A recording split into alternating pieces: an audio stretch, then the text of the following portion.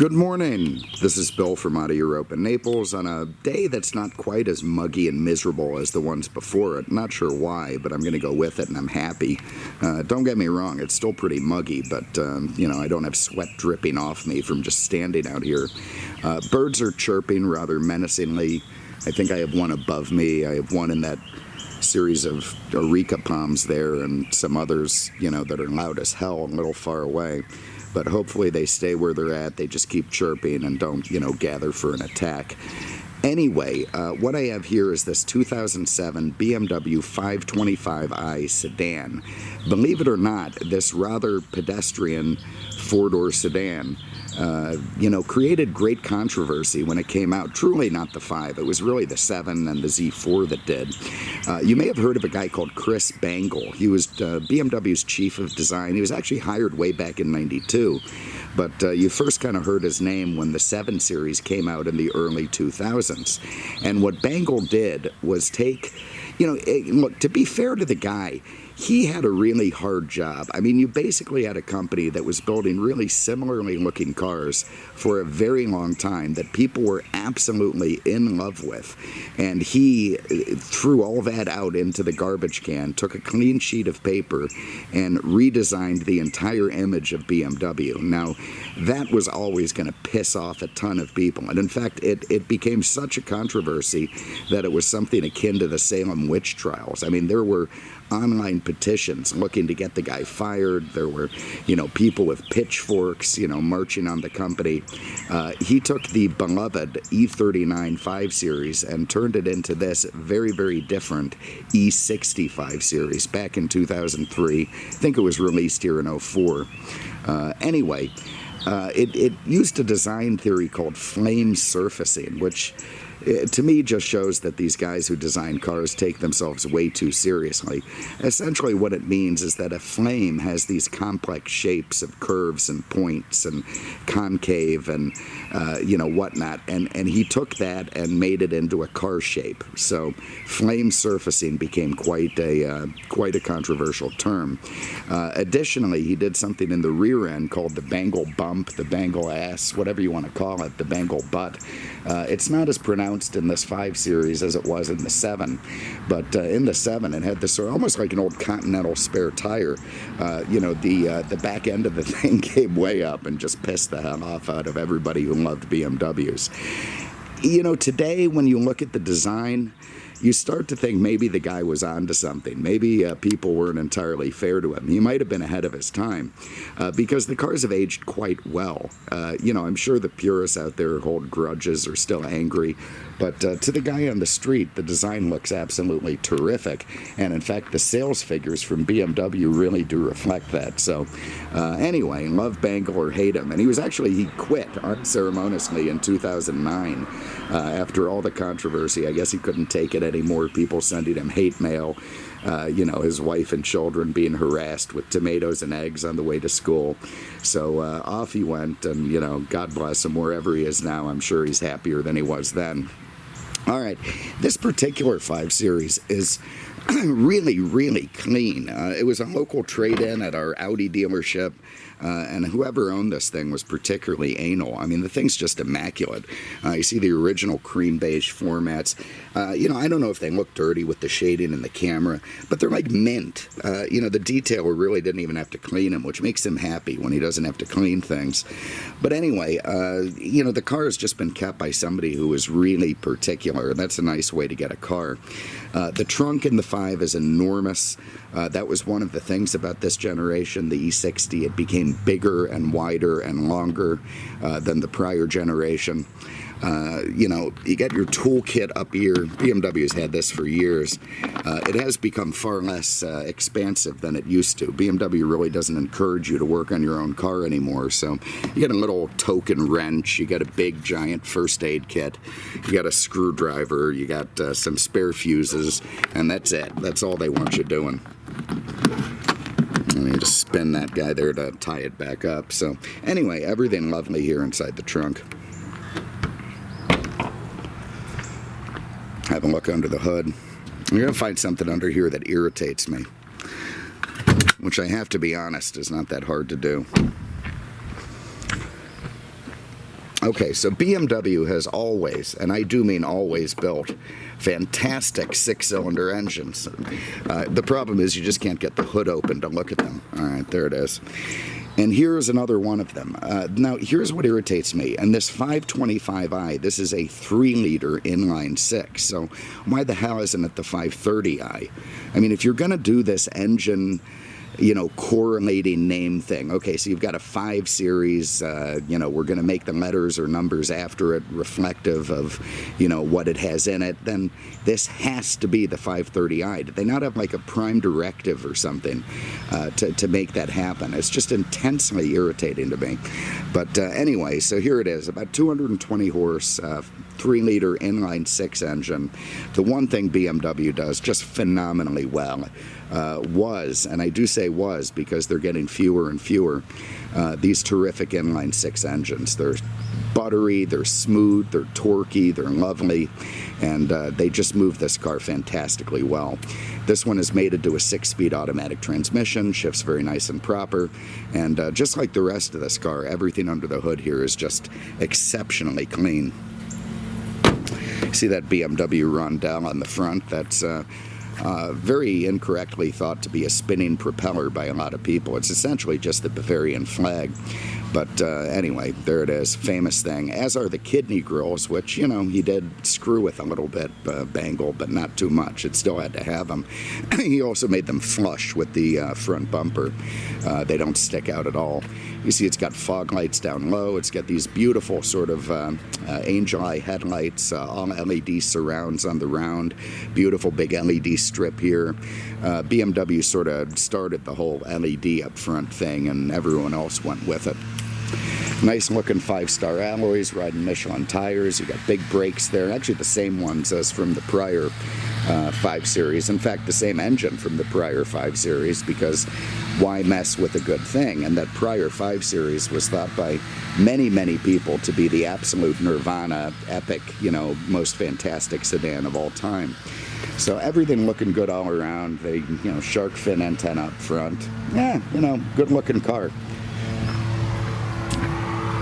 All right, those are fighting words to some people.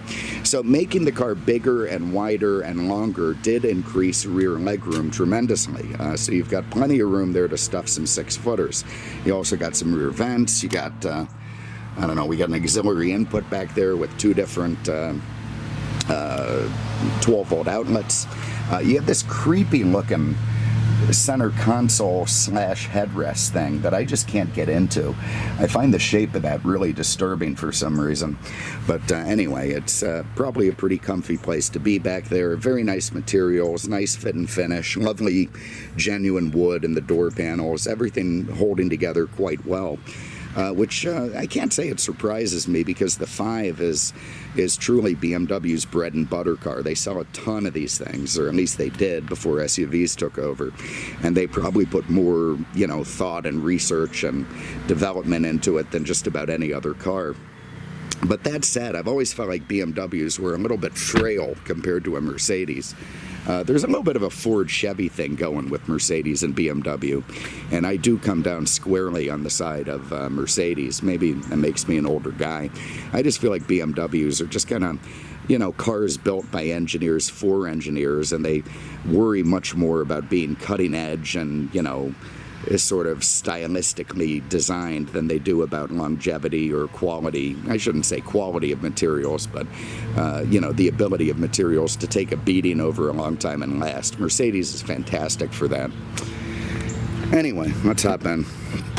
So here you see these lovely supportive front bucket seats. I believe these are BMW's version of MB Tex. I can't remember what they call it. It's essentially a vinyl, but it's you know, looks like leather. Many more cars have it than you think. In fact, there's probably more with the vinyl than with the leather, and it's completely indestructible. So if there's anything left after a nuclear holocaust, it'll be cockroaches and, you know, the vinyl from any German car. Really incredible stuff.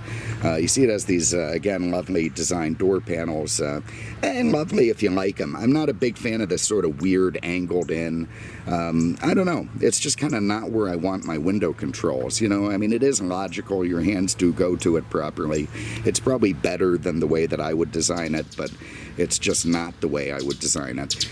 You also have a little, I don't know what, you got a felt line thing down here for a switchblade and maybe a clip for your 9mm over there behind it. And these are dual power seats, driver memory, probably not memory on the passenger side. Okay, to start it, we're going to slide this guy in here and tap the start stop. And it's going to do BMW's really irritating bing.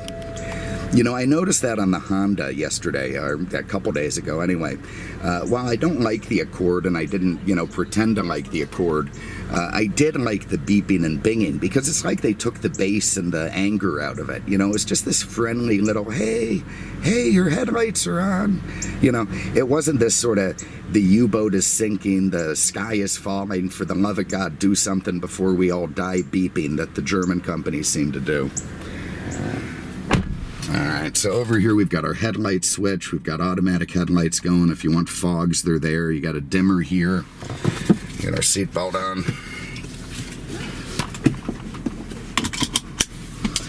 Okay, so some things BMW did that's kind of irritating. Like on this car, if you pull the instrument cluster, the steering wheel all the way out, I've powered it all the way out towards me, and try to put it down, well, it won't go down as far as it will if you have it in and try to put it down. Let's see. Now I can't get it to go down at all. So essentially the reason for that is BMW doesn't want you to block the gauges, so its convenience features are pretending to be more intelligent than you are, and you know, if you are dummy enough to block your gauges, they're not going to let you. I hate stuff like that. Do not interfere with what I want to do. Just set a limit and let it be that limit. Quit being a nanny. But anyway, you know, it's a small complaint. You have this nice leather wrapped steering wheel. It's got multi-function stuff for the Bluetooth and radio. It's got voice command over here. I suspect it works. Let's see. Let's go to the radio. We'll get into this whole iDrive thing in a minute. Yeah, I'll tell you what was devastating to me was finding out that the music that I liked is now an oldies station, OLZ. I mean, for the love of God, when I tune in the oldies station, I expect to hear the Charleston or something. I mean, am I really that old? Anyway. 94.5. Sorry? 94.5. Please repeat your request. Oh, you annoying bastard. Tune the radio to 94.5. System off. Okay, so obviously BMW's voice command doesn't work like the Mercedes model. It speaks to you in a really condescending British accent, which is quite strange, and frankly I think it can go straight to hell. So if you want to figure out the voice command and what it does, have at it. I'm done with it. Over here you've got some customizable buttons. I think you can change these to be one of the billion features the iDrive has. You've got a check here. What do we have? Goes through different stuff in the driver information center. What's the thing beneath it? What's that going to do? Changes your fuel mileage. You can see what's going on with that, range, such. Fine. BMW also came out with this, another thing that irritates me. Why reinvent the turn signal? I mean, the turn signal is the turn signal. So if you go a little bit down, flashes a few times like for signaling. If you push down till you hear an audible click, then it's on. And you know what? Okay, that's fine. I would much rather it was, you know, you could press it a little and hold it to keep it on like this, or you could just go full on the way it is in almost every other car. I don't want to have to relearn turn signals just to drive a car. Over here you've got your wipers, your washers, all very nice. You've got your cruise control down here. You can see there's the power command for the steering column. Everything laid out nice. The 5 isn't too bad. Some of these cars really bother me, but the 5 isn't too bad. You got this hump here, which gives you the screen for the iDrive, the world's most non-intuitive and complicated system for car information that's ever been built. Congrats to BMW on that. They've made it better over the years. Like, they added a bunch of buttons to go directly to things instead of having to navigate with this giant, ridiculous-looking joystick. It looks like a flying saucer from the 50s. But anyway, you can go up into communication. That's where you can set up your Bluetooth. Over in climate, some of the functions of airflow and whatnot can be screwed around with. Car data, same stuff. You can go through different gauges and setups. And of course, entertainment is your radio. And you have to move this thing all around to get where. It took me a long time to figure out how just to tune the radio station when I first got in these things, but I finally did. Billy Idol. Yeah, that's fine. All right, so we've got nice cold air coming out the dash. You've got this lovely strip of burl wood all the way across. It's a nice design. One of the complaints from the purists is that the center console no longer angles towards, it used to angle like that towards the driver. They did away with that and thought the passenger was important too, I guess. And obviously that pissed off. These guys are even worse than the Porsche guys, or at least as bad. You've got in-dash CD. You've got a great little place for your compact 9. You got a real genuine bona fide ashtray here because Germans did keep smoking long after everyone else.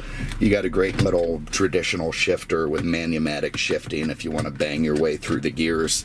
You got this iDrive here. You got this little panel that slides out if you want more elbow room. If you're short and your elbow is in front of the console, then you can move that guy forward.